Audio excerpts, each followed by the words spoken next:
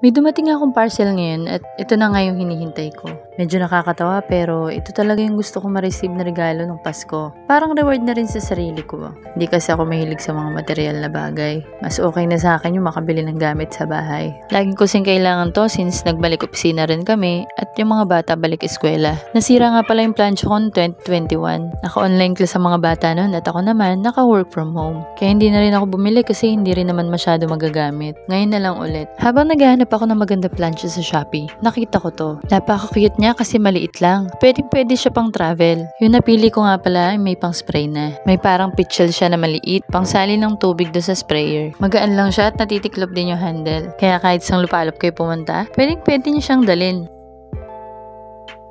Ito yung switch niya. Same lang din naman nung normal na plancha. Yung pindutan sa likod, sa may tabi ng cord, yun yung pindutan para matiklop nyo yung handle. O diba, kahit malit ang bag nyo, kasyang-kasya yan. Bukod sa pitchel na maliit, may kasama din siyang manual. Wala namang ibang masyado importanteng nakalagay, kundi yung instruction para malagyan ng tubig ng water tank. Naka 220 volts na rin siya, kaya wala kayong magiging problema. After ko basahin ng manual, nag-umpisa na ako itry ang ating mini plancha. Ito nga pala yung pindutan ng sprayer niya. Feeling ko gagana naman. Ito yung itsura ng iron plate niya. Diba ang cute? May pabulaklak pa. Tinry ko siya sukatin at halos kasing laki lang ng palad ko. Medyo duda lang ako ng konti pero sana naman gumana at maserve niya yung purpose niya. Itong kulay asul dito, ito yung water tank niya. O diba? Mali pa yung pagtanggal ko ng water tank.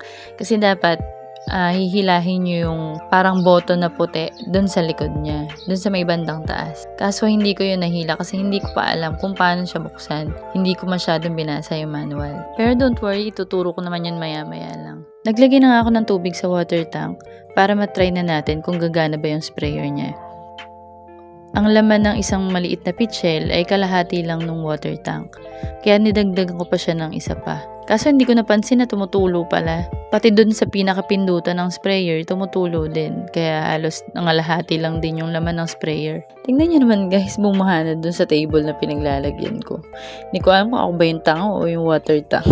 Dahil bang baha na nga sa table ko, itinaas ko na yung plancha at inilagay na yung water tank. Tinry ko siya i-spray, kita nyo naman sa video. Pero hindi siya gumagana. Chinek ko din kung nakasakto din yung butas ng water tank sa sprayer. At nakasakto naman siya kaso hindi talaga siya gumagana. Tumutulo lang ng tumutulo yung tubig. Sinukuan ko na lang din at pinunasan. Baka kasi lalo pang masira pag nalagyan ng tubig yung loob. O nakita nyo na ba yung pagtanggal ng water tank sa plancha? Balikan nyo na lang, tinatamad na ako ibalik yung video eh. Ilang segundo lang naman. Tawanan nyo na rin yung pagtalsik ng water tank.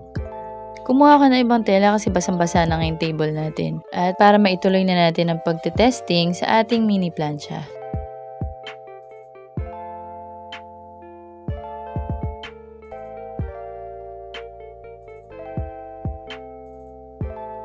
Gaya na ibang plancha, naka-automatic na rin siya. Pag sobra-sobra na yung init, kusa na siyang namamatay kahit hindi nyo siya i-off.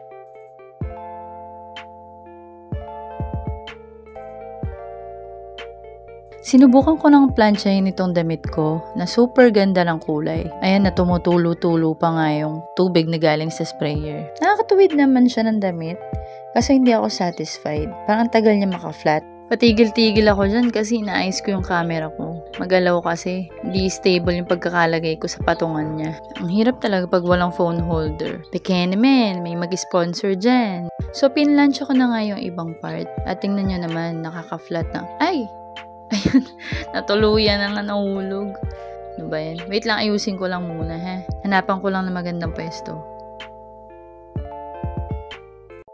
Yan, okay na siguro yan. Hindi na siguro malalaglag. So, eto na nga, ipapakita ko sa inyo na malapitan kung anong epekto niya. Kung nakaka-flat ba talaga siya or hindi. Kung sulit ba talaga yung perang pinambili natin dito.